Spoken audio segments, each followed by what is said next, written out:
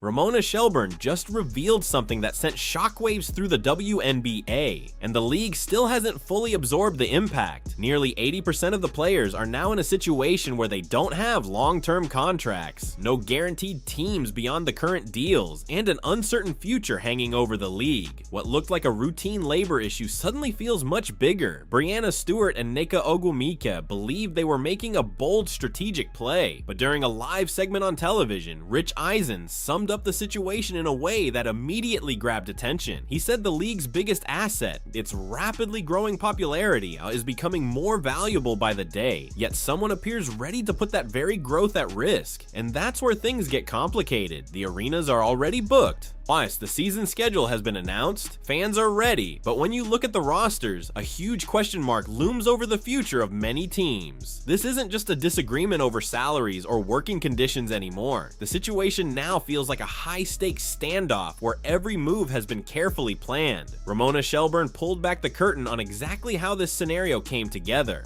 and once you hear it, the entire situation starts to make more sense. Because that 80% number changes everything. At that point, the story stops looking like a normal contract negotiation and starts to resemble something far more strategic. According to Shelburne, this wasn't accidental. The WNBA Players Association didn't simply drift into this position. The union intentionally guided players toward it. During her appearance on the Rich Eisen show, Shelburne explained that union leadership encouraged players across the league to sign one-year contracts last season. In other words, the timing wasn't random. Players deliberately aligned their deals so they would expire around the same moment, creating a situation where the majority of the league could potentially negotiate together. That kind of coordination shifts the balance of power in a massive way, and now with so many contracts ending at the same time, the pressure on the league has reached a level the WNBA has never experienced before. I spoke to basketball legend Breanna Stewart, who, along with fellow NBA player Nafisa Collier, also a CNBC change. Players weren't signing 2-year deals. They weren't agreeing to 3-year commitments either. The push was for 1-year contracts, intentionally short. The thinking behind it was straightforward. Keep deals brief now, and when the financial boom sparked by Caitlin Clark's arrival hits the league, everyone negotiates again at the same time. Veteran leaders like Breanna Stewart, Wnba, and Nafisa Collier understand the league better than almost anyone. They've lived through the difficult years, the seasons when crowds were sparse and national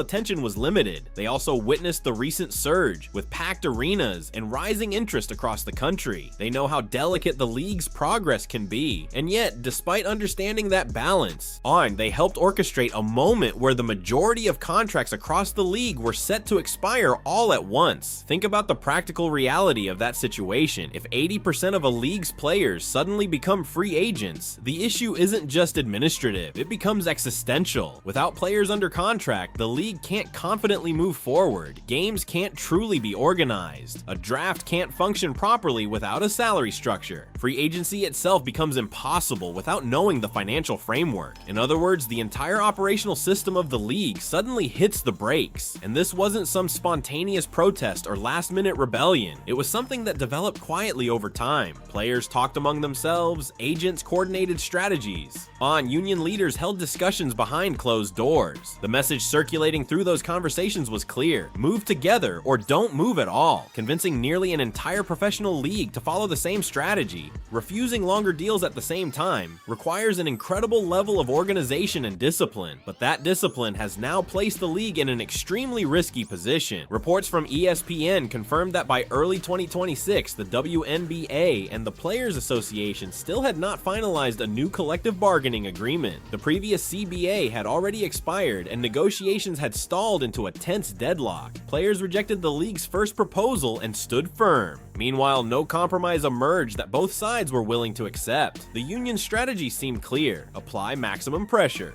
The belief was that owners wouldn't risk disrupting a moment when the league is gaining unprecedented attention. The Caitlin Clark era, sold-out arenas, rising TV ratings, and growing cultural relevance. The assumption was simple: the owners would eventually fold, but that hasn't happened. Instead, both sides remain locked in a stalemate, sitting across the negotiating table with neither willing to make the first major concession. As the calendar inches closer to opening day, the tension continues to build, and the unfortunate reality is that the sport itself is caught in the middle of the standoff. What makes this situation even more complicated is that the veterans driving much of this strategy aren't players struggling to stay afloat financially. Many of them have built significant earnings through opportunities outside the WNBA. For example, Breanna Stewart has earned substantial income playing overseas during WNBA off seasons, opportunities that have long helped top players supplement their salaries. Ramona Shelburne is joining us here from downtown Los Angeles. Nneka Ogwumike has sponsorship deals and leadership roles in the league that keep her financially secure. Nafisa Collier co-founded the Unstoppable 3-on-3 League, giving players a reliable source of income during the offseason. They have the luxury to wait, but not every player does. The rookie fighting just to make a roster, the player earning the league minimum whose entire season depends on a 12-woman team deciding she's worth keeping. She cannot afford to wait. The bubble players, the ones whose professional careers could vanish the moment a team loses patience. They are the ones stuck at home right now, dependent on union leadership that doesn't share their financial reality. This strategy was crafted by those with safety nets for those who have none. ESPN called the situation one of the most unprecedented labor events in professional sports history, not because of the demands themselves, but because of the method. Coordinating mass free agency across an entire league to force a negotiation outcome? That's never been done in women's sports at this scale. This wasn't a mistake, someone planned it. The preparation was meticulous, the coordination was real, and the stakes are enormous. Now the question is whether this strategy is brilliant enough to succeed, or if the union simply gave the owners a reason to dig in and hold their ground indefinitely. The moment Ramona Shelburne revealed these details, everything else became secondary. The WNBA released its 2026 regular season schedule, teams, dates, matchups, without knowing who would actually play on any of those rosters. No signed players. No collective bargaining agreement. Just dates on a calendar. A desperate hope that someone would figure it out before tip-off. Why? Because arena contracts don't pause for labor disputes. If a team doesn't secure its game dates early, arenas will sell those slots to concerts, traveling shows, monster truck events, literally anything that will pay for the floor space. Shelburne explained it clearly on the Rich Eisen show. The league had to release the schedule just to hold on to their own buildings. Not to show progress, not because a deal was close, just to prevent arenas from giving the dates to someone else. So the WNBA, the league with stars like Caitlin Clark, Aja Wilson, and Sabrina Ionescu, was forced to publish a placeholder schedule for ghost teams, simply to keep venues from being booked by cotton candy vendors, while cars crashed in the parking lot. Let that sink in. Take the Indiana Fever versus New York Liberty matchup, scheduled for April 25th, a game that would normally be one of the season's highlights. Packed arenas, national broadcasts, highlight reels for years to come. Except when the schedule was released, neither team had a complete roster. The Fever couldn't even conduct normal free agency negotiations because the salary cap, the number that defines every contract, was still unknown. You cannot build a team around a number that doesn't exist. And then there's Toronto and Portland, the brand new expansion franchises meant to symbolize the growth and promise of women's basketball. New cities, fun, new fans, new energy. The expansion draft was supposed to be a celebration. Instead, 0 players on either roster. Not a few, none. The draft cannot move forward without a collective bargaining agreement because players cannot be assigned under a financial system that doesn't exist. Toronto and Portland have arenas ready, jerseys designed, and nothing to put on the floor. The stage is set. The countdown to opening day continues. And the league, its stars, its fans, its future, is stuck in limbo. Think about what this means for the cities involved. Fans bought tickets, local sponsors signed deals, broadcast partners planned their schedules. All of it is on hold because 2 sides in a negotiation can't agree on how to divide revenue from a league that, until recently, barely had money worth splitting. The irony is almost cruel. The $2.2 billion 11-year media deal with Disney, Amazon, and NBC was meant to prove that the WNBA had finally arrived, that the league had broken through, that the days of scraping for arena time and begging for TV coverage were over. Instead, the league that just landed its biggest media deal ever is scrambling like a local rec center, worried about keeping a Tuesday night gym slot. Clark has been named WNBA Rookie of the Year, the #1 overall pick. Didn't only break rookie records in her first year in the W. A league now partnered with 3 of the world's largest media companies, had to release a placeholder schedule with ghost teams and no players just to hold onto its arenas. That isn't the behavior of a league that's arrived. That's the behavior of a league still fighting for survival, pretending everything is fine. And Disney, Amazon, and NBC are watching. They paid for a product, not for the WNBA to become a crisis management experiment. Reports say their contracts allow renegotiation if the league fails to deliver. A season that starts late or looks chaotic isn't just embarrassing, it's a direct threat to the financial foundation the league just built. The schedule is out, arenas are booked, rosters are empty, and somewhere in a boardroom,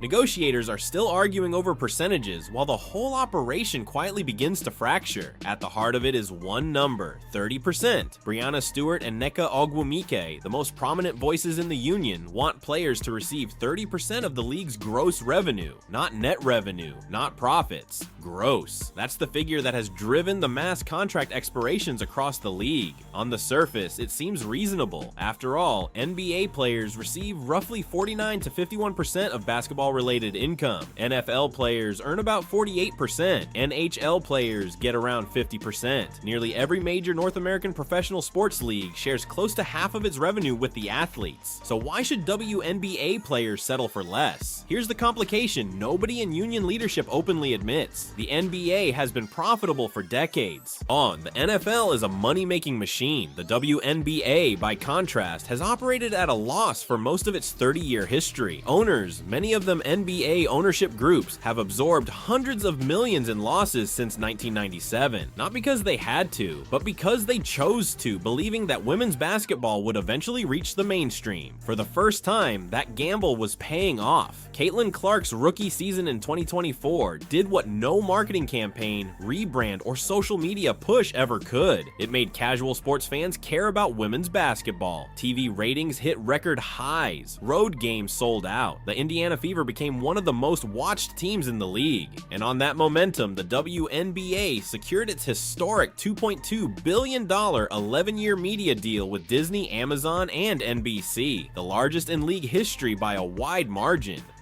The owners came to the bargaining table in that context with a proposal that reportedly included substantial salary increases across the board. Average salaries were set to rise significantly, but the union said no. They demanded 30% of gross revenue. The league said the business could not support that yet. In response, the union instructed players to let nearly every contract expire. And here's where the reality becomes stark. The veterans leading this push, Stewart, Ogwumike, and Napheesa Collier, have financial safety nets that most of their teammates do not. Stewart plays overseas in the offseason. Ogwumike has endorsement deals. Collier co-founded the 3-on-3 League, which pays 6-figure salaries in the winter months. They are not sitting at home watching their bank accounts dwindle while negotiations stall. Meanwhile, rookies and bubble players, the third-year athlete on a minimum salary, the player who has fought years just to stay in the league, are paying the price. Their livelihoods depend entirely on a WNBA paycheck, yet they have almost no influence over a strategy crafted by the well-protected. Adam Silver stepped in publicly, warning that the window to resolve this was closing. He knows broadcast partners are watching. He knows expansion teams are in limbo. He knows the cost of a delayed or chaotic season for a league that's finally gaining relevance. The question isn't whether WNBA players deserve more money. They absolutely do. The question is whether the leaders of this fight built a strategy that protects everyone or just the ones who already have protection.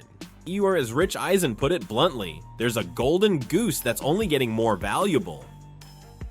He was talking about Caitlin Clark, and he's exactly right. What Clark achieved for the WNBA in her rookie season was nothing short of transformative. What Caitlin Clark accomplished wasn't just impressive, it was historic. Sports economists would write case studies about this kind of impact. She shattered the league's all-time single-season scoring record. The Indiana Fever sold out every road game for the first time ever in franchise history. Teams across the league reported triple-digit attendance spikes on nights when Clark was the visiting player. Television ratings soared to levels the WNBA had never even approached. In some instances, a regular season NBA game outdrew NBA playoff matchups. For 27 years, that had never happened. Suddenly, the WNBA was no longer a niche product. It became a cultural phenomenon. Late-night TV talked about it. Sports radio dissected it daily. Journalists who had never covered women's basketball were suddenly filing stories.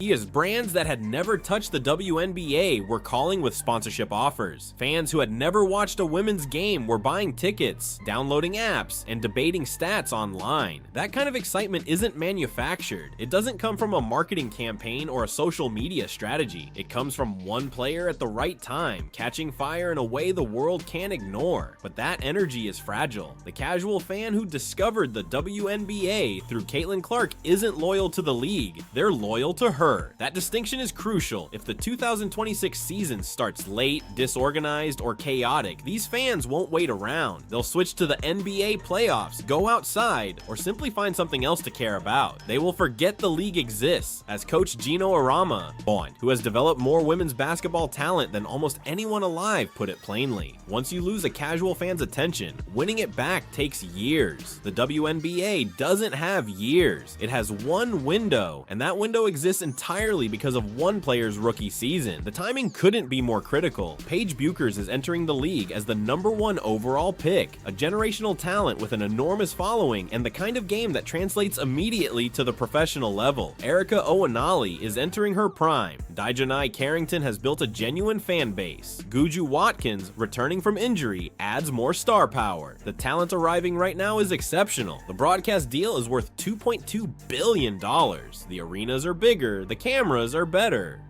The infrastructure for a breakout era is ready and fully built, yet the Players Union chose this exact moment, the first major breakthrough after 30 years of growth, to orchestrate a mass contract expiration that could halt the entire operation. The Golden Goose wasn't just laying eggs, it was laying golden eggs, bigger and more valuable than ever before. And instead of letting it run, someone handed the union a knife, and right now, nobody is putting it down. As Ramona Shelburne told Rich Eisen, the pressure point was not some distant future date, it was March. We are in March now, the calendar doesn't pause. Here's what must happen in the coming weeks for a 2026 season to even resemble normalcy, and why insiders are quietly terrified. First, both sides must sign a new collective bargaining agreement, not a rough framework. Not a verbal understanding, not a promise to keep negotiating. A finalized signed deal that establishes the salary cap, revenue sharing structure, roster rules, contract terms, and every financial detail in between. Nothing else can move until that document exists. It's the foundation. Right now, that foundation is air. Second, the league must conduct an expansion draft for Toronto and Portland. 2 entire franchises must be built from scratch. Normally, expansion drafts take weeks of preparation, studying film, ranking players, mapping roster needs, building strategy. When the CBA finally arrives, teams may have days, maybe less, to make decisions that normally define a franchise over months. Third, free agency. With 80% of the league unsigned, this won't be normal. Hundreds of players hitting the market at the same time,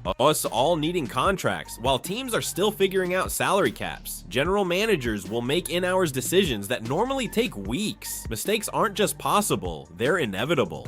Fourth, the 2026 draft. Paige Bueckers and the rest of the top prospects have been waiting months to discover where their careers begin. Normally, teams enter draft night with clear rosters. This year, they will draft into rosters assembled 48 hours earlier under impossible conditions. The draft could lose its excitement and feel buried under chaos. Then comes training camp, preseason, and finally, games in front of paying fans. Even if a deal lands tomorrow, teams will be assembled in days with players who have never practiced together and coaches barely knowing their rosters. The first month could become the most visible proof of everything that went wrong. Disney, Amazon, and NBC paid $2.2 billion for this league. Their contracts reportedly allow renegotiation if the product delivered falls short. A delayed or chaotic season is not an inconvenience, it's a potential legal and financial nightmare. Shelburne called the schedule release a blink by the league. Both sides have blinked once. The path forward is narrow, and every day that passes without action closes the door a little more. Here's where we stand. The league has its biggest broadcast deal ever. 2 new cities waiting for rosters, the most marketable player in history heading into her second year, and 80% of the players without contracts. Ramona Shelburne didn't just expose a labor dispute.